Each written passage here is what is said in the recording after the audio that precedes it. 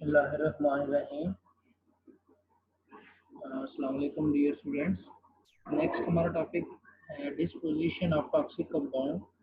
एम्ब्रेल का फिजिक्स के chapter number 2 है कि टॉक्सिक कंपाउंड किस तरह हमारी बॉडी में एंटर होते हैं और इसके बाद वो किस तरह बॉडी में सर्कुलेट होते हैं और सर्कुलेट होने के बाद किस तरह से वो हमारी बॉडी से एक्सक्रीट होते हैं। ये चैप्टर बहुत अहम है। मैकेनिज्म्स को समझने के लिए इस चैप्टर को पढ़ना और समझना बहुत ज़रूरी है। इसके आप आउटलाइन में अगर हम देखें तो ये पहले पॉइंट में आपको बता रहा है कि absorption of toxic compound in the biological systems. पहला पॉइंट जो हम इसमें डिस्कस करेंगे कि किस तरह से वो बायोलॉजिकल सिस्टम्स का हिस्सा बन जाते हैं टॉक्सिक कंपाउंड। क्योंकि बायोलॉजिकल सिस्टम की बात हो रही है तो इसमें इससे मुराद ये है कि जब हम कोई चीज़ इंजेस्ट करते हैं या कोई भी किसी केमिकल को इनहेल करते हैं थ्रू एयर, तो किस तरह से हमारे सेलुलर लेवल पर जाकर अब्जॉर्ब होता है, सेल में किस तरह से जाकर शामिल होता है। मतलब हम कोई चीज़ इनहेल करते हैं तो लंग्स में चला जाता है, तो लंग एक ऑर्गन है। अब उस ऑर्गन के अंदर वो सेलुलर लेवल पर किस तरह से अब्जॉर्ब होता है, ये बहुत अहम पॉइंट्स हैं। उसके बाद अगर कोई चीज़ हम खाते हैं, इंजेस्ट करते हैं, तो वो हमारे स्टमक में चला जाता है, इंटेस्टाइन में चला जाता है, या ओरल कैविटी के ज़रिए हमारे जो जीआईटी है, गैस्ट्रो इंटेस्टाइनल ट्रैक्ट, उसका हिस्सा बन जाता है। तो उसमें सेलुलर लेवल पर किस हिस्से में जाकर अब्जॉर्ब होता है, क्योंकि जीआईटी जो है आपकी, उसमें आप देखेंगे कि उसमें डिफरेंट रीजन्स में पीएच का लेवल डिफरेंट होता है। और ख़ास तौर पर जो हमारा स्टमक है उसकी पीएच 2 होती है, हाईली एसिडिक होती है, तो उसमें बहुत सारे टॉक्सिक कंपाउंड डीएक्टिवेट भी हो जाते हैं। तो ग्रेजुअली इस पे हम बात करेंगे कि किस तरह से वो बायोलॉजिकल सिस्टम का हिस्सा बन जाती हैं कोई भी टॉक्सिक कंपाउंड। और उसके बाद फिर हम उसकी एब्जॉर्प्शन के बाद उसकी सर्कुलेशन और देन उसकी एक्सक्रीशन पे बात करेंगे। जब हम पहली बात करते हैं कि एब्जॉर्प्शन ऑफ टॉक्सिक कंपाउंड, तो टॉक्सिक कंपाउंड पर हम देखें तो सबसे पहले जो मेन पॉइंट आता है वो हमारी सेल का जो बैरियर है, जो सेल मेम्ब्रेन्स हैं। एनिमल सेल में अगर हम देखें तो जो outer covering of cell membrane है, तो सेल मेम्ब्रेन के अंदर कौन सी चीज़ें आसानी से सेल मेम्ब्रेन से गुजर सकती हैं और कौन कौन से आयनाइज फॉर्म में जाती हैं, न्यूट्रल फॉर्म में जाती हैं, उसको हम बारी बारी देखते हैं। तो ये आपने 9th क्लास से ये पढ़ते आ रहे हैं कि सेल मेम्ब्रेन का स्ट्रक्चर क्या है। और अब आपको ये इस बात का समझ आएगी कि वो मेम्ब्रेन का स्ट्रक्चर पढ़ाने का एक्चुअली मकसद क्या था। एक्चुअली पर्पस ये था कि ये सेल की ये जो बाउंड्री बनी हुई है, ये जो सेल मेम्ब्रेन है, इसमें ये दो हिस्से वो आपको दिखा रहा है, ए और बी। तो इसमें थोड़ा सा रिकॉल आपको करवा देता हूँ। ये इसके फॉस्फोलिपिड्स हैं, फॉस्फोलिपिड्स ये इसके पोलर हेड हैं, ये नॉन पोलर टेल्स हैं। उसके बाद ये दरमियान में प्रोटीन्स हैं, कुछ ये एम्बेडेड प्रोटीन्स होती हैं, इंट्रिंसिक और एक्सट्रिंसिक प्रोटीन आपने पढ़ा था, ठीक है। तो इंट्रिंसिक जो इनसाइड है, एक्सट्रिंसिक जो आउटसाइड प्रोटीन है। इसके अलावा ट्रेसिस में इसमें कार्बोहाइड्रेट और कोलेस्ट्रॉल वगैरह भी होता है। तो ये जो सारा स्ट्रक्चर है ये थोड़ा सा रिकॉल करना इसलिए ज़रूरी है क्योंकि सारे स्ट्रक्चर पे ही वो डिपेंड करता है कि किस तरह से टॉक्सिक कंपाउंड हम सेल के इस हिस्सों को गुजरते हुए सेल के साइटोप्लाज्म में पहुंचते हैं या फिर सेल के न्यूक्लियस में पहुंचते हैं। ठीक हो गया। तो जनाब पहले पॉइंट जो है इसका मेम्ब्रेन है कि मेम्ब्रेन जो है वो फॉस्फोलिपिड्स और प्रोटीन से बनी हुई है। इसको हम स्किम करते हैं क्योंकि आपने ये पहले पढ़ा हुआ है, ठीक है। तो प्रोटीन में भी स्ट्रक्चरल हैव स्पेसिफिक फंक्शन। अब देखें ना, वो जो प्रोटीन इसके अंदर है वो कैरियर के तौर पर भी इस्तेमाल होंगे। अब ये आपके लिए अहम बात है, ठीक है। उसके अलावा तो फॉस्फोलिपिड जो है इसके पास ये पोलर हेड्स होते हैं और नॉन पोलर टेल्स होती हैं, प्लस इसमें फैटी एसिड्स भी होते हैं। तो फैटी एसिड सैचुरेटेड भी होते हैं और अनसैचुरेटेड भी होते हैं। तो आप जानते हैं कि जितना अनसैचुरेटेड लेवल ज़्यादा होगा उतनी मेम्ब्रेन की फ्लूइडिटी, फ्लूइड की फॉर्म में मेम्ब्रेन ज़्यादा होगी। ये देखें ना, डिग्री ऑफ सैचुरेशन यानी वो अनसैचुरेटेड जितना भी होगा उतनी मेम्ब्रेन की फ्लूइडिटी ज़्यादा होगी, मेम्ब्रेन उधर लिक्विड फॉर्म में ज़्यादा होगी। कोलेस्ट्रॉल भी इसमें मौजूद है, मेम्ब्रेन भी इसमें, कार्बोहाइड्रेट्स भी थोड़ा सा होता है। Because of the structure of membrane actually determine the function and characteristic of the cell. The most toxic compound feature from the views that the membranes are selectively permeable, ये आपने उधर भी पढ़ा था, शुरू से पढ़ते आ रहे मेम्ब्रेन के फंक्शन के हवाले से कि membrane is selectively permeable, means it allows the only selective substances to pass through them. Membranes जो हैं देखना और certain substance depend upon the physiochemical. अब ये हम देखते हैं कि physiochemical characteristics क्या है. physiochemical characteristics का मतलब क्या है, किस तरह से सेल में lipid soluble protein, lipid soluble चीज़ें जा रही हैं या प्रोटीन के जो कैरियर के जरिए सेल के अंदर जो चीज़ें हैं वो मूव कर रही हैं. जी ये अब यहाँ से अभी आप एमएससी का पॉइंट शुरू होता है. कहता है कि the lipid solubility of chemical substance is determined by the partition coefficient. The oil और water coefficient is comparatively is the comparative solubility of the chemicals in the aqueous solution versus organic solvent. यानी वो अगर neutral होंगे तो water soluble हैं तो वो आसानी से चले जाएंगे, इसमें से गुजर जाएंगे. अगर वो ऑर्गेनिक सॉल्वेंट में जाएंगे तो उसके जरिए फिर वो डिपेंड करता है कि ऑयली हैं कि या वाटरी हैं. It can be determined bye shaking the solution. अब कहता है कि हम उस सोल्यूशन को जो भी केमिकल हम इनहेल कर रहे हैं या कोई इंजेस्ट कर रहे हैं उसके अगर हमें नेचर चेक करनी है उसको हम शेक करते हैं by shaking the solution of chemical in the water और buffer with the.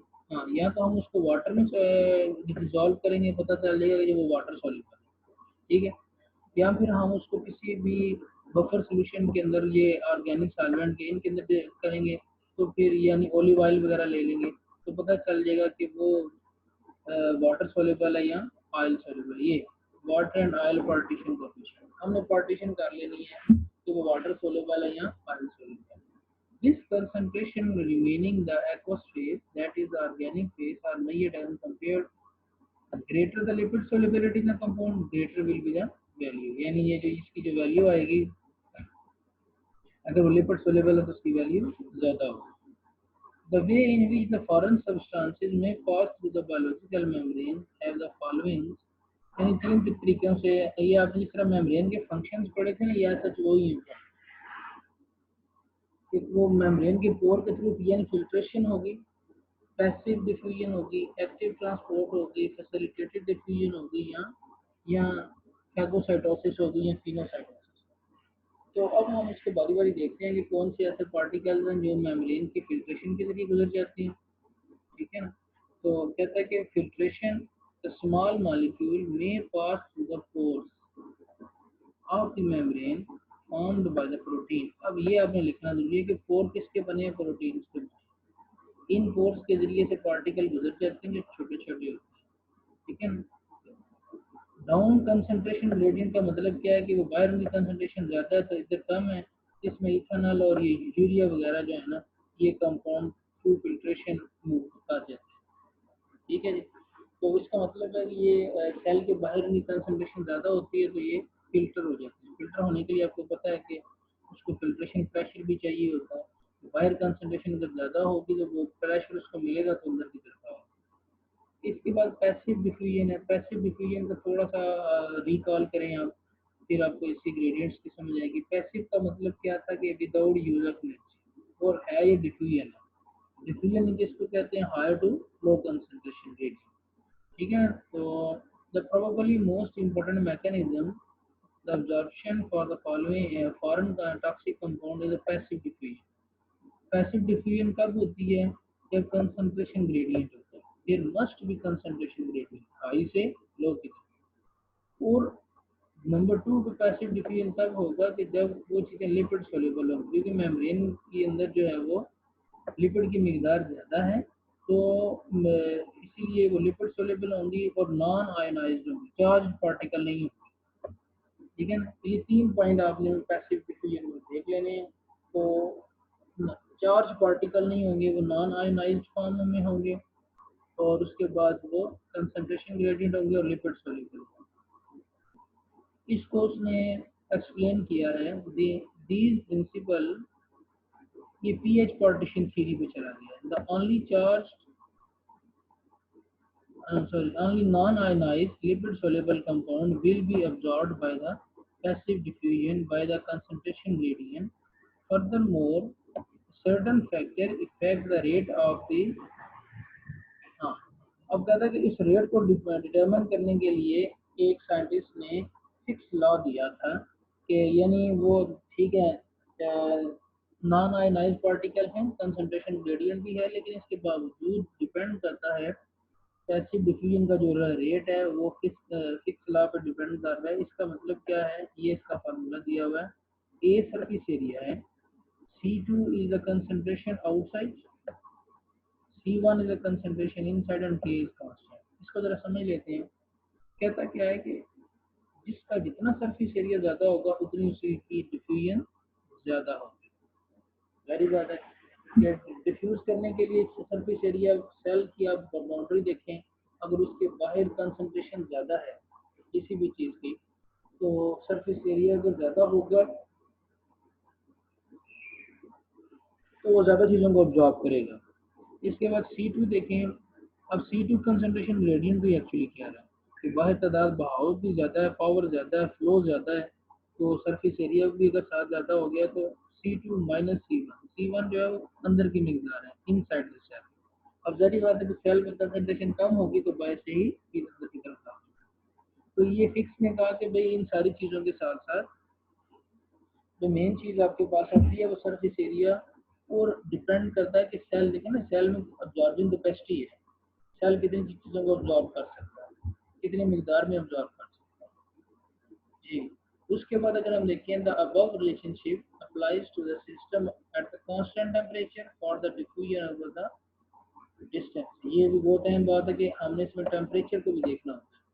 The concentration gradient is represented by C2 minus C1। The passive diffusion is a first order process. That is the rate of diffusion is proportional to the concentration rate।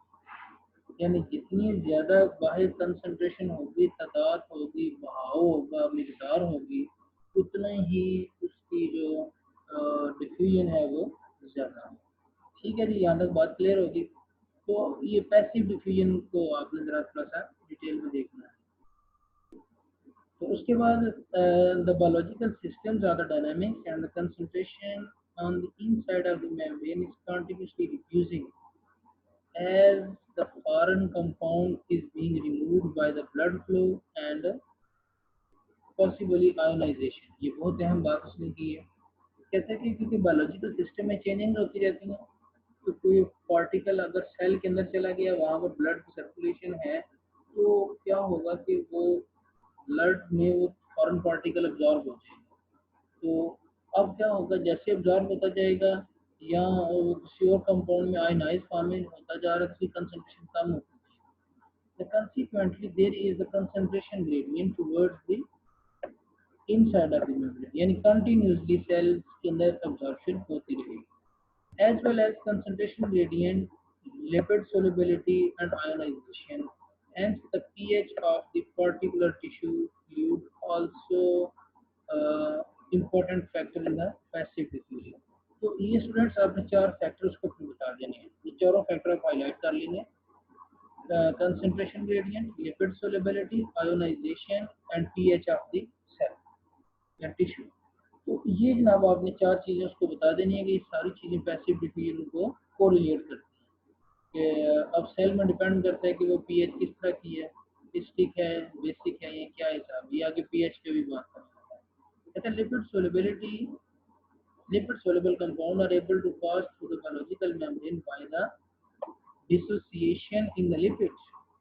जाहिर बात है वो lipid में dissolve होके जाएंगे ना organic solvent के हवाले से। तो movement down the concentration gradient and ionizable compound will only do this if they are in the non-ionizable form।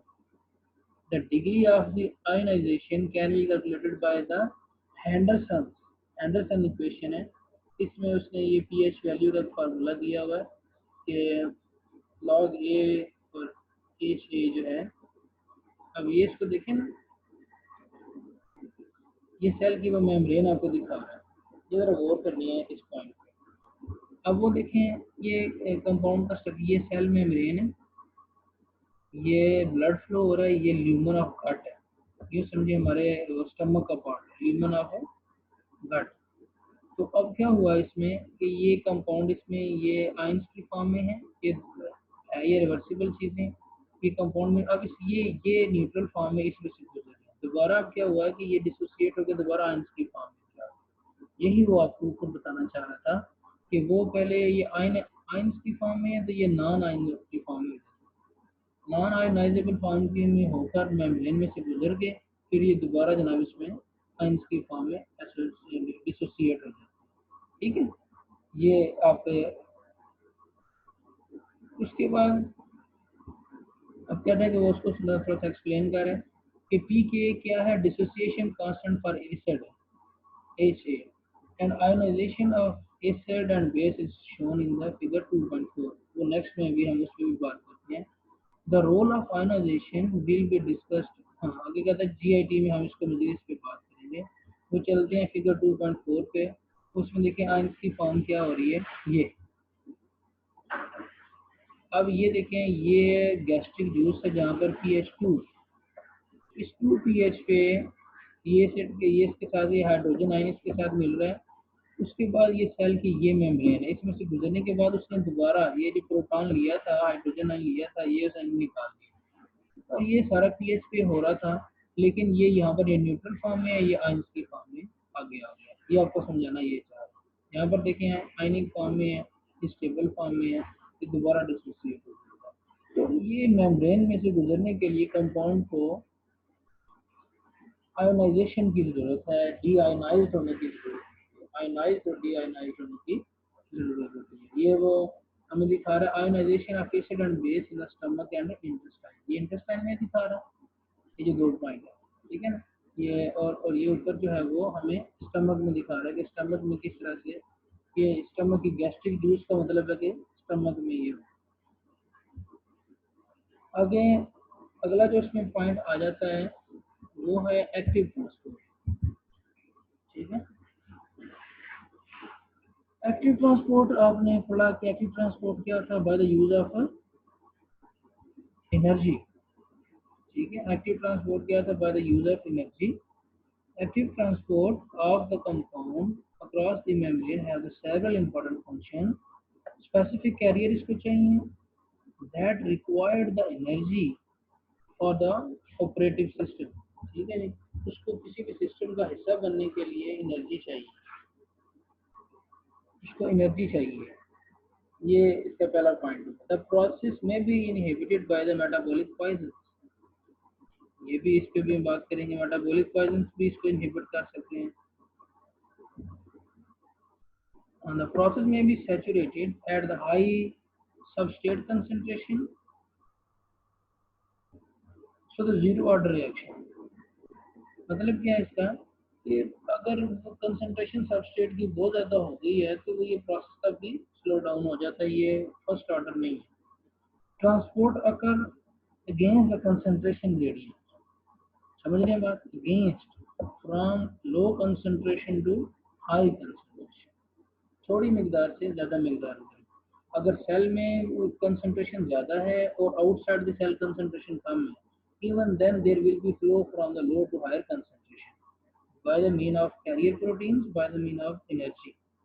इसीलिए इसको एक्टिवली ट्रांसपोर्ट किया जाता है ना। अच्छा जी, सिमिलर सबस्ट्रेट में कम्पीट फॉर अपटेक, जारी बात है उसको अगर अपटेक करने के लिए अब कोई कैरियर चाहिए, प्रोटीन चाहिए, तो उसके साथ सबस्ट्रेट क्या करेंगे, आपस में कम्पीट करेंगे और अंदर की तरफ मूव करेंगे। एक्टिव ट्रांसपोर्ट में दो बातें हमें ध्यान में रखनी है, एनर्जी का यूज होगा against the concentration gradient.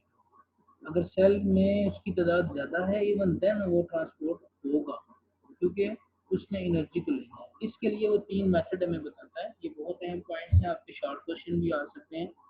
There are various kinds of active transport systems which involve the carrier protein। 3 उसने एक्टिव ट्रांसपोर्ट सिस्टम बताए हैं, यूनिपोर्टल नंबर 1, सिम्पोर्टल एंड एंटीपोर्टल। यूनिपोर्टल पोर्ट कहते हैं किसी भी बायोलॉजिकल सिस्टम के हवाले से अगर हम बात करें, पोर्ट रास्ते को, ठीक है ना। Uniport transport one molecule in a single direction, बस यूनिपोर्टल है ना, एक ही डायरेक्शन से एक ही सिस्टम, वो एक ही डायरेक्शन में एक मॉलिक्यूल को, सिंगल मॉलिक्यूल को वो ट्रांसफर करें।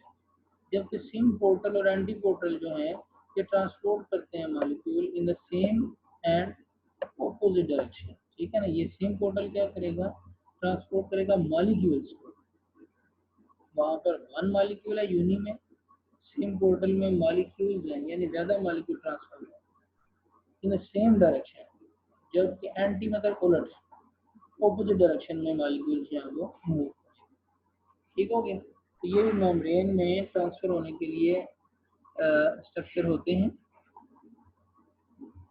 This type of the membrane transport is normally specific for endogenous and nutrient substances, but analogous and similar molecule and ion may be transported this system। कहते हैं वैसे normally इस तरह के यूनिपोर्ट, जो यूनिपोर्ट सिस्टम, सिमपोर्ट और जो antiport system है, endogenous, what is endogenous, inside the cell, जो सेल के अंदर कंपाउंड होते हैं बने हुए, वो उसको किस तरफ मूव करवाना है, वो एंडोजीनियस। ये न्यूट्रंस कोई भी सब्सटेंसेस है उनको मेम्ब्रेन के अंदर इन कैरियर प्रोटीन के जरिए ट्रांसफर किया जाता है। उनके साथ साथ जो है वो क्या कहता है कि कुछ एनालोगस चीज मॉलिक्यूल जिसके जैसे जो मिलते जुलते हैं, ये नीचे एग्जांपल आपको दिखा रहा है। For example the drug fluorouracil analogous to the uracil and the lead ions analogous to the lead ion and uracil absorbed from the gut by the specific transport system। gut आप समझते हैं digestive track को कहते हैं, ठीक है ना, digestive track को कहते हैं। इसका मतलब है कि ये आपके ओरल कैविटी से लेकर एनल जो रीजन है यहाँ तक, इसको गट कहते हैं।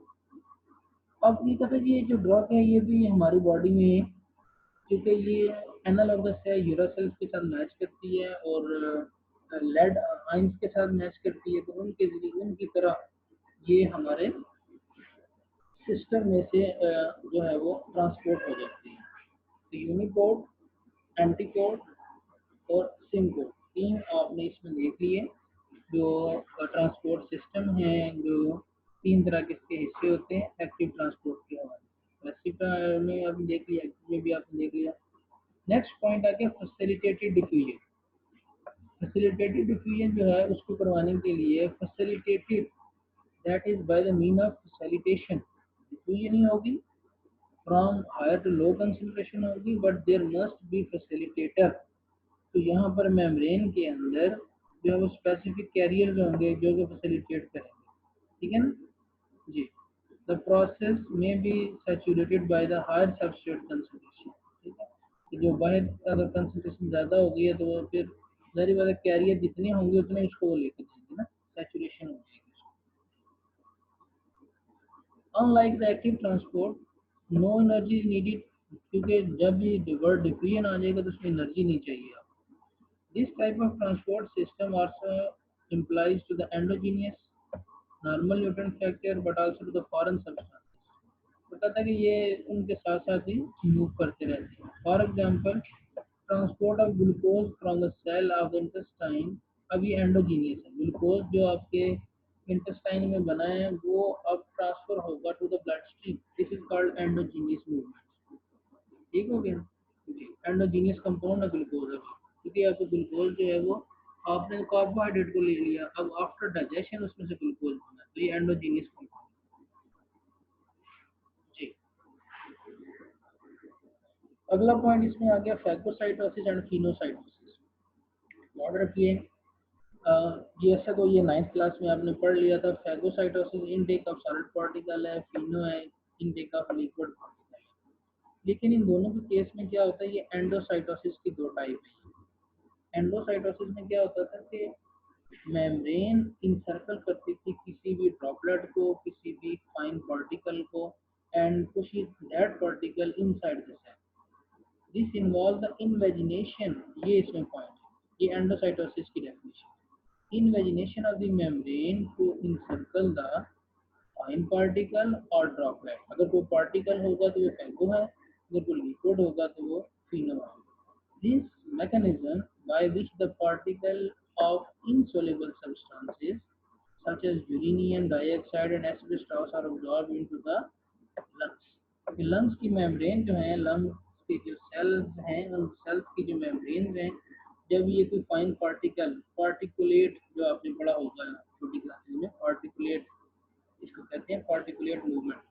तो पार्टिकुलेट जो लेवल है उसके लिए वो इंसर्कल करके खुद मेम्ब्रेन के अंदर, इसको भी फैगोसाइटोसिस कहते हैं। अब हमारे लंग्स में जो काम होता है वो सारी का सारा यही होता है कि मेम्ब्रेन से वो खुद अंदर दाखिल नहीं हो सकता, लेकिन मेम्ब्रेन जो है उसको खुद उधर खींच लेती है। तो यहाँ तक स्टूडेंट्स आपका ये पहला पॉइंट कंप्लीट होता है। आगे फिर साइड्स ऑफ अब्जॉर्प्शन है, उसको बात करते हैं। इसको ज़रा सम अप कर लेते हैं। यहाँ पर हमने पहला पॉइंट पढ़ा है। फर्स्ट पॉइंट में हमने देखा क्या है कि अब्जॉर्प्शन ऑफ टॉक्सिक कंपाउंड के सेलुलर लेवल पर किस तरह से टॉक्सिक कंपाउंड हमारे सेल का हिस्सा बन जाते हैं। तो उसमें हमने जो चीज़ें देखी हैं इसमें साइज, उनकी lipid solubility, endogenous movement, polarity और चार्जेस को देखा है। ठीक है, ये 4 पॉइंट हमने इसमें देखे हैं। तो हमने मेम्ब्रेन के स्ट्रक्चर पे बात की है, मेम्ब्रेन की स्ट्रक्चर में कौन कौन सी चीज़ें होती हैं, फिर हमने लिपिड सोलिबिलिटी पे बात की थी। ठीक है, फिर फिक्स लॉ के हवाले से, जिसमें सरफेस एरिया के हवाले से बताया था। इसमें मेम्ब्रेन में फॉरेन पार्टिकल को ट्रांसफ़र करने के लिए, ये जो फॉरेन पार्टिकल्स जो होते हैं इनके ट्रांसफ़र करने के डिफरेंट वेज क्या क्या हैं। तो ये फिल्ट्रेशन थ्रू पोर्स हो रहे हैं, पैसिव डिफ्यूजन हो रहा है। ठीक है, और इसके बाद जो है ये एक्टिव ट्रांसपोर्ट होता है, जैसे रेडिएटेड डिफ्यूजन और फैगोसाइटोसिस। तो उसमें हमने फिल्ट्रेशन में हमने पोर्स को देखा है, पोर्स का लेवल क्या था, कौन कौन से मॉलिक्यूल्स हैं जो पोर्स के थ्रू गुजर जाते हैं। फिर पैसिव ट्रांसपोर्ट को ज़रा डिटेल में हमने देखा है। आगे ये जो कंसंट्रेशन ग्रेडियंट पे डिपेंड करती है, नॉन आयनाइजेबल होती है। तो ये Ka(C2) C1 surface area concentration of the molecule outside the cell, inside the cell. ठीक है ना। तो ये जनाब चीज़ें हमने फर्स्ट ऑर्डर के हवाले से इनको देख लिया। तो आयोनाइजेशन के हवाले से हमने देख लिया कि चार्ज पार्टिकल किस तरह से वो न्यूट्रल होकर वो मेम्ब्रेन में से गुजरते हैं। ठीक है, एक्टिव ट्रांसपोर्ट के हवाले से हमने कुछ बातें की कि उसमें कैरियर प्रोटीन होती हैं, अगेंस्ट द कंसंट्रेशन ग्रेडियंट होता है। ठीक है, और यूनिपोर्ट सिम्पोर्ट के हवाले से हुआ। तो इसको आप रीड करेंगे, ये मोस्ट ईजी है, या पढ़ें। उसके बाद फिर हम आगे साइट पे बात करते हैं। नेक्स्ट लेक्चर में हम बात करेंगे कि साइट्स ऑफ क्या हैं अब्जॉर्प्शन। हो चुके डिटेल है काफ़ी, तो इस लेक्चर में वो नहीं हो सकती, वो मैं दूसरा उसका हिस्सा बनाता हूँ, तो फिर मैं इसमें आपको डिटेल में